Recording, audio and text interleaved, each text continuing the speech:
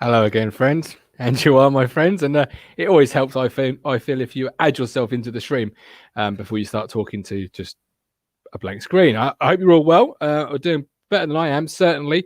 Sadly, I've got an ear infection. So I will be, just as always, moderating tonight's chat between two expert Formula One streamers. We'll call them streamers. First up, we've got the F1 aficionado, Mr. Steve Thompson.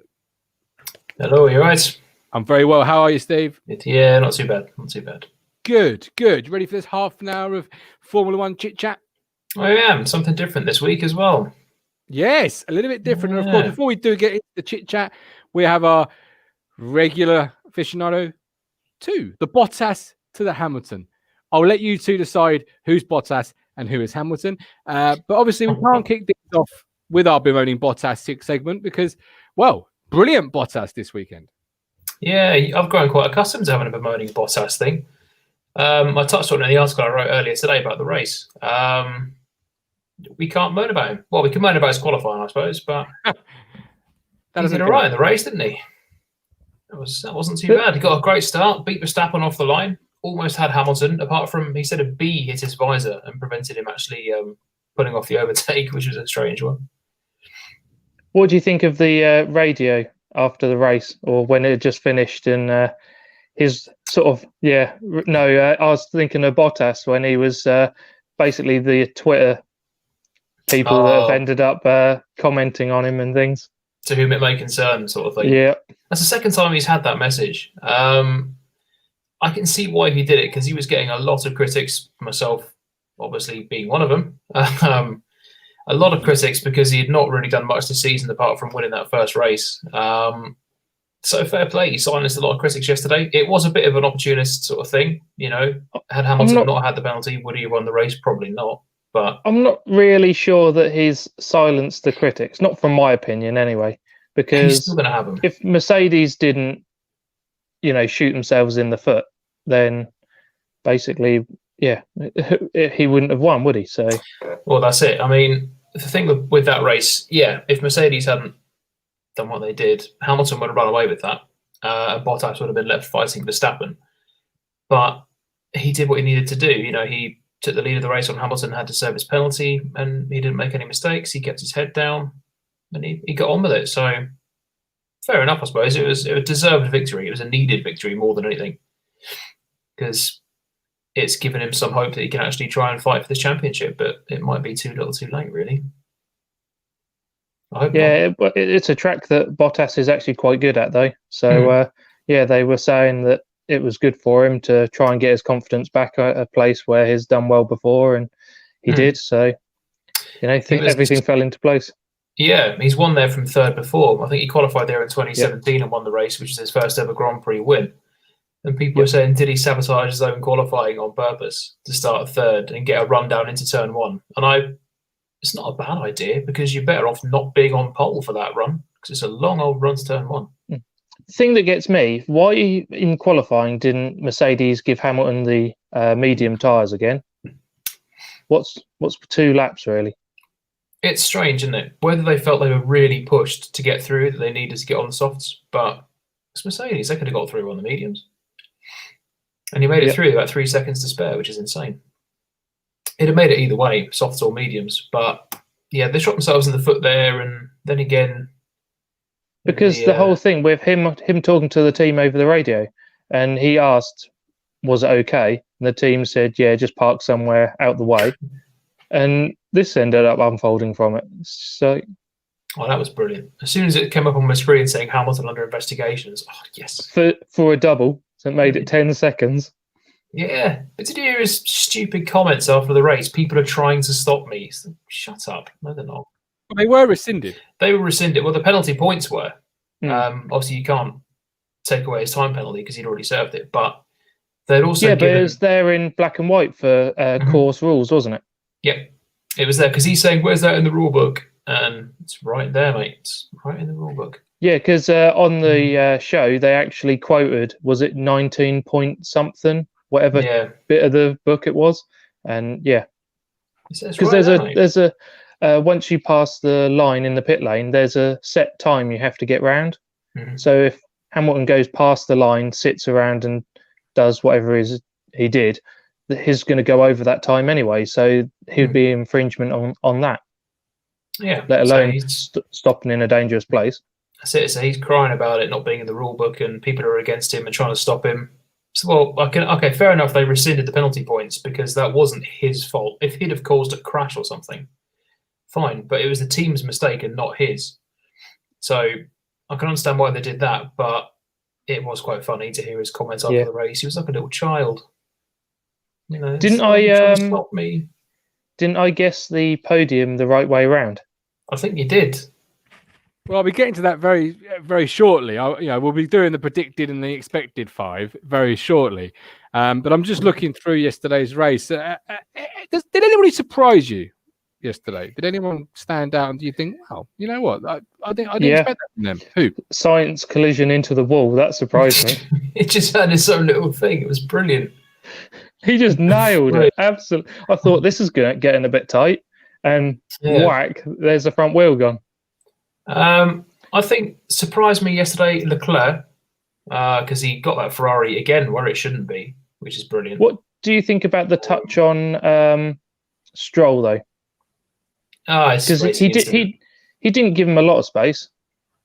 No, I think it's that sort of thing. It's always a racing incident. The first lap, there's going to be problems. If they were just having their own fight 10, 15 laps in, but there's a lot of cars trying to get around the same bit of tarmac at the same time. So it's inevitable. I mean, what's not inevitable is Sainz going off and just deciding to wipe his own car out. But right, yeah.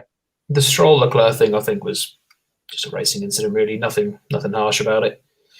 But that's happened to Stroll, so we weren't too worried about it. That's fine. If it was Perez, I'd be a bit more annoyed, but Stroll, no, don't care. But that's a bit harsh.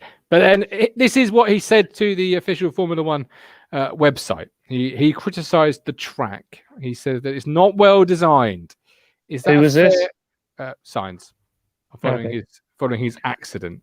Is that? I did see no. The mistake is his and his alone. But after seeing a few people go through there, I must admit, I thought, cool, if it could go in the way they want to go, absolutely, pedal to the metal. It gets a bit tight, especially if you don't keep tight to the wall to start with. If you're anywhere near the corner and having to cut back over, the angle is not in your favour. It's tricky, isn't it? Because I think we saw Verstappen do it before the race. Because Grosjean, it was Grosjean, wasn't it, who nailed him out, and then they put Grosjean. That was his light of the race. Yeah, just straight through the barriers or through the polystyrene bollards. Got no time to go around them. But yeah, it's really tight. When he saw drivers go off there, they had to sort of quickly find their way through that little makeshift chicane. You're right, JD. No one does. Thanks for almost standing in, by the way. Appreciate that. Yes, next week, JD. You are standing cover next week because Neil's on holiday. How dare he? I know. But we are looking forward to having you in the studio with us.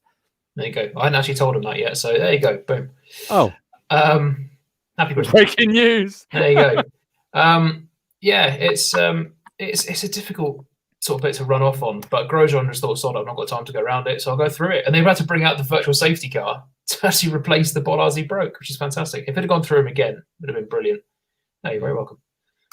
As far as the last comment with Ocon and Leclerc doing well, Leclerc dragged the car further than it should have been, to be fair. As far as Ocon, though, when he got asked to move out the way for Ricciardo, he slowed down right on the apex or just before it, and it made it a bit awkward for Ricciardo. But was he a bit annoyed having to do it, or was it just how it unfolded? But either way, did Vettel's tyres wear out by the time Ricciardo got to him? Because he just absolutely breezed it, whereas Ocon was stuck behind him for ages. I reckon his tyres might have had something to do with it. I mean, the Ocon moving out of the way thing, he did. He let him know, but he brakes really late. Ricciardo had no choice but to go around or cut that chicane, cut the corner, which ended up giving him a penalty anyway. How he handled that penalty was fantastic. They said, "Oh, Daniel, we've got a 5-second penalty for cutting the corner. Okay, I'll just drive faster." Why couldn't Hamilton be like that? It was pretty much like, my bad. Yeah, Yeah, all right. Sorry, I knew it was coming. I'll just have to gain the 5 seconds then. So he did. Again, what JD said, he did. He did really well. And he got enough of a lead over Leclerc to keep that 5th place even after his penalty. So another solid result for him. I can't really remember. With how far was Hamilton behind Bottas in the end? Not too far. 10, 11 seconds? Because Verstappen really closed the gap at the end as well. I think Bottas, he set his fastest laps. Williams put soft tyres on Russell's car with about 1 lap to go to try and get fastest lap. And do you mean overall? Do you mean overall, Neil? Yes, because I was just wondering, because I didn't know on the top of my head. I was just wondering. 22 seconds. Okay, so it was way beyond the 10-second penalty he had. So to put it in perspective, Bottas potentially could have, or was Hamilton basically his head was out of the game? It's like, I've lost this one. I think you heard that, didn't you? Yeah. I mean, the things you criticised Hamilton about in the past on this show, Stephen and Neil, he was kind of guilty of, wasn't he, on Sunday? He was on the radio instead of just getting his head down and kind of sort of ploughing through it. I read something on I think it was on Facebook that said somebody gets a penalty and they go, right, I'll just drive faster, and then there's why is this? What is this? And I still can't believe the fact that there's even questions over people actually on purposely making Hamilton lose this championship.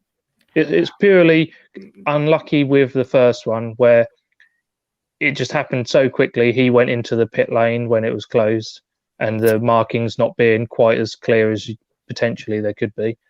And you just got to put your hands up and accept it. And then Toto Wolff called it far-fetched. Yeah, but it's not though, is it? It's Hamilton being. They've got to just take it. As soon as something doesn't go Hamilton's way, he cries about it over the radio. Like Ricciardo was fantastic. Mate, we got a penalty. All right, I'll drive quicker. My bad. Whereas Hamilton, he's constantly moaning. Why? Why have I got a penalty? Where's that in the rule book? You're trying to stop me. Just get your head down. You're in the fastest car on the grid. Race. Well, they asked him after the race, why did you even do it? And he basically just skated around the question. And he wasn't very happy. He basically said thanks for the fans that did come along, and just came out of some other odd bits, and that was it. Speaking of which, JD Shaw, what do you think of Gasly? He was showing Albon up. Awesome. Really good. I know Albon had a penalty for a gearbox change before the race. He started like 15th, but Verstappen can repeatedly get that car on the podium. Did again yesterday. Yep. And he was totally shown up by Gasly. That fight they had was amazing. It was really good because Norris was there or thereabouts as well. Was that when Norris's tyres went off and he basically braked and went straight on? Yeah, that's it. And Gasly was just all over the back of Albon, and then when he passed him, he said, "Yes, mate." Oof, gone. So if I was at Albon, that point, I thought Norris, you could hang in on some points here because people were doing late pit stops and things, and then he ended up coming in, like you were saying about what's his name, to try and get the quicker lap at the end, and neither of them even remotely managed it. I don't know what Williams were thinking. They brought him in the final or the penultimate laps, try and get fastest lap. Were they forgetting that he's in a Williams and that he's not in the fastest lap? Yeah, I don't know. Yet again, Latifi has shown him up yet again. And my mate Giovinazzi, he ended up finishing higher than Kimi. Yes, he certainly did. There's a couple of really surprising drives yesterday. It was, but like Ben's saying there, Albon, same as usual. We had that great podium at the last race, and we thought maybe this is it. This is the turning point of Albon's season, and he's just gone back to being Albon. He's just. I must admit, I had to try and pay as much attention to it as possible after my team was basically dead and buried after the first corner. Welcome to the world of being a Williams fan. Woo! And then Russell and Albon absolutely breezing past him, one either side. That was good. But it was a good weekend for Renault, wasn't it? They've almost stumbled upon something, haven't they? Following Belgium.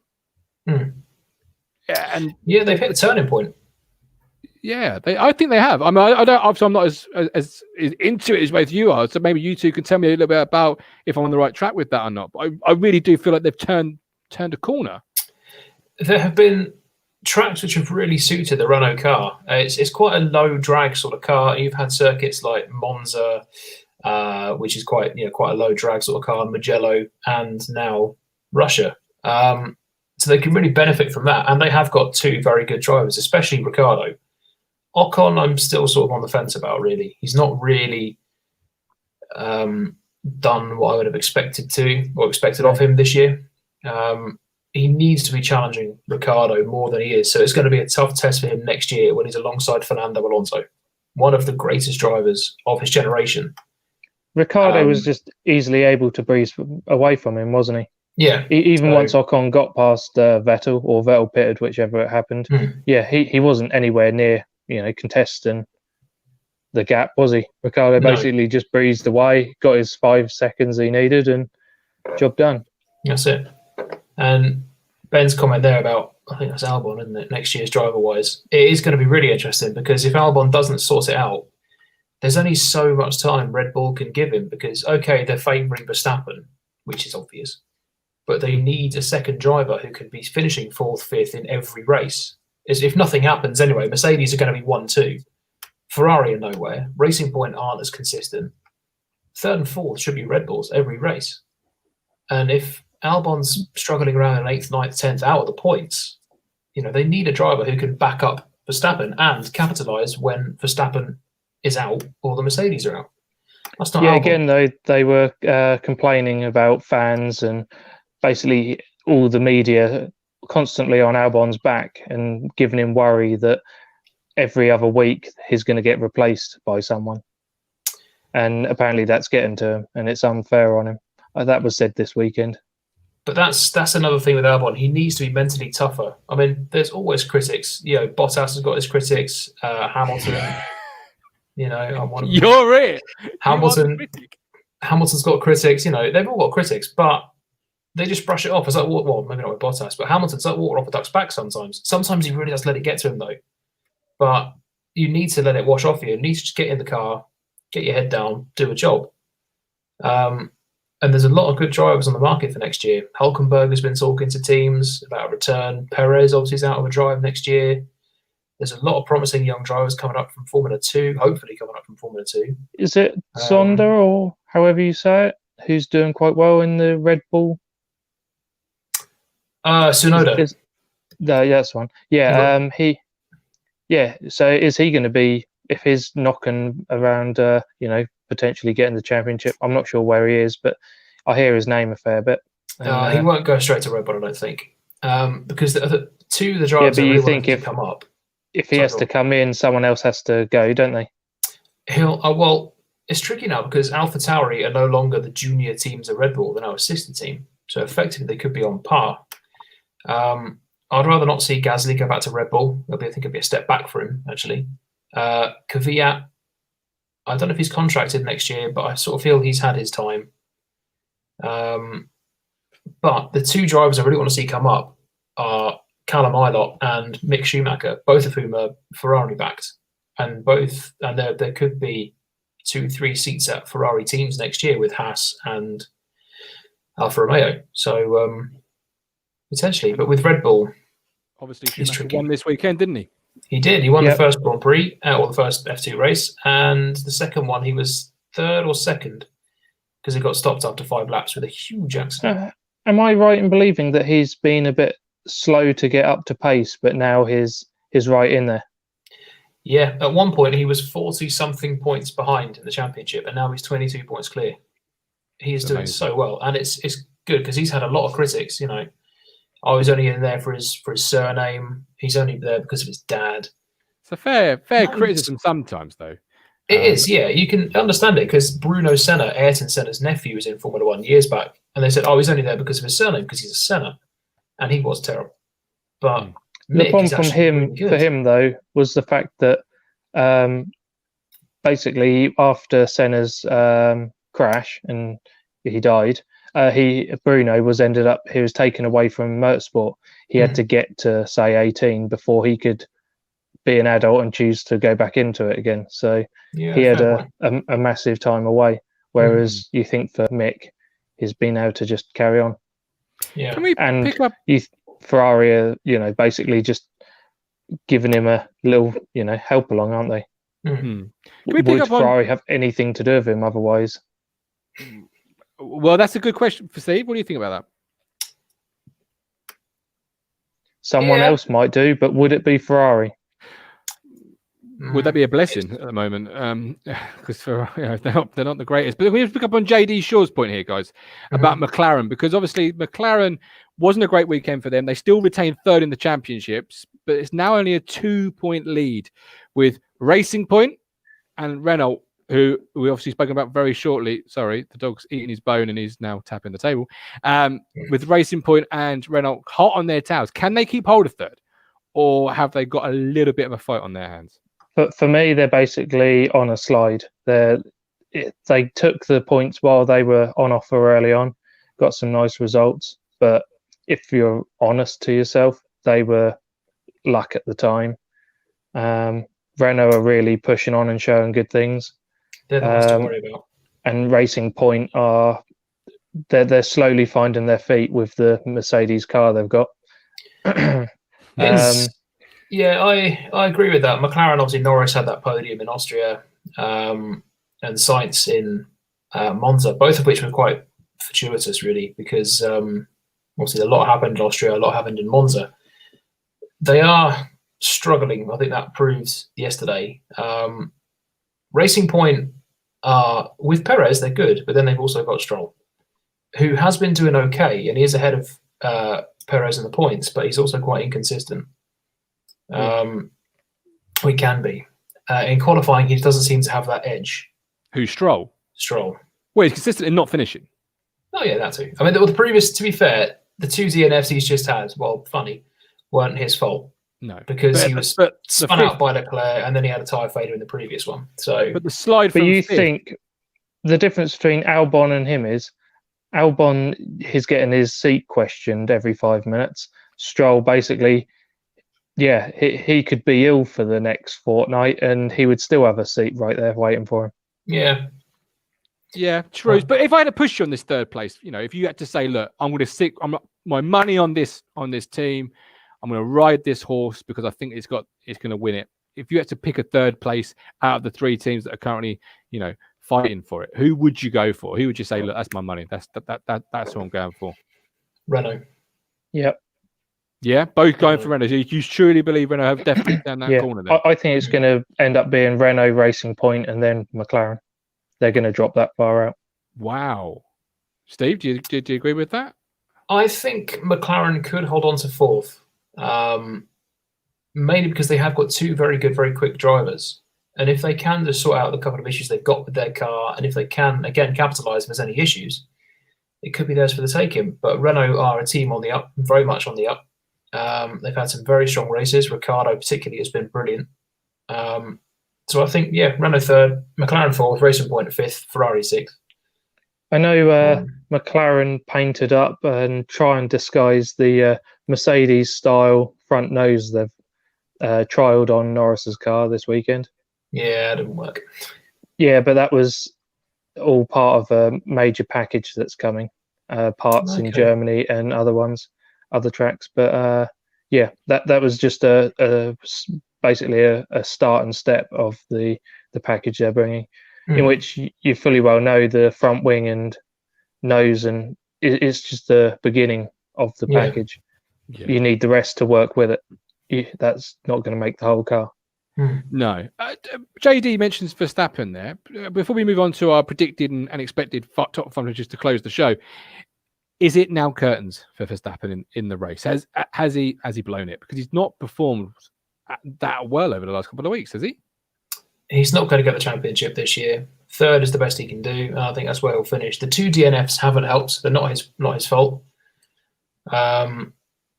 But yeah, I think it's over for him in terms of the champ. It was never really on in terms of the championship race, really, because as soon as Hamilton hit the ground, or as soon as Hamilton got up to speed, he was going to run away with it.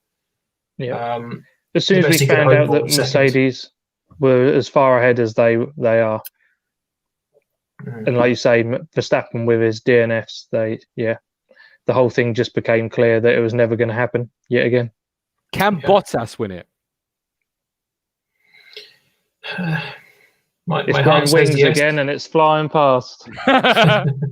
So, really? He's got no chance whatsoever then? My heart says yes. My head says no. As much as you want Albon to be up where Verstappen is, Bottas for me can't be chuffed as much as he is making out about the fact that he didn't even have to race Hamilton. No, that's it. If Hamilton hadn't had that penalty, Hamilton would have won that race easily. Don't start giving it the old, Charlie big ones and end up going, this is to the people, my critics and all that. You didn't race him head to head, did you? No, if it was a wheel to wheel fight and he came out on top, then fair enough. Brag away, silence your critics. But yeah, your teammate was taken out essentially, and all you had to do in the fastest car was not bin it. Well done. Yeah. So fair play. At least he won the race. At least he's closed the gap slightly.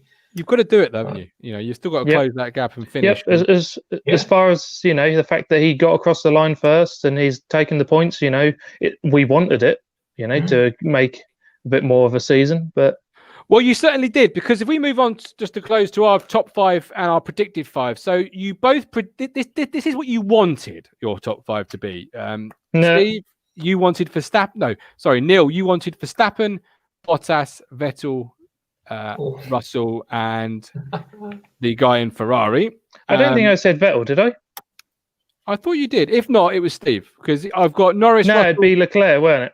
That's it, Leclerc. Sorry, and then Steve's got Norris winning it, which is just No, that was right. You got us mixed up. Neil said Russell. Sorry, Neil said Norris.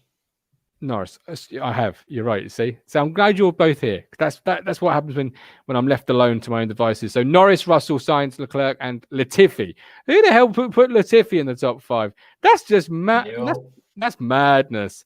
So that's what you want. That's what you predict. No. You wanted the top 5 to be. However, this is what you thought it would be. So this is using your knowledge, not your heart. We've got Bottas. You both said Bottas to win it. So, top points there, guys. You've really pulled that out of the bag. Then we had Hamilton from Steve.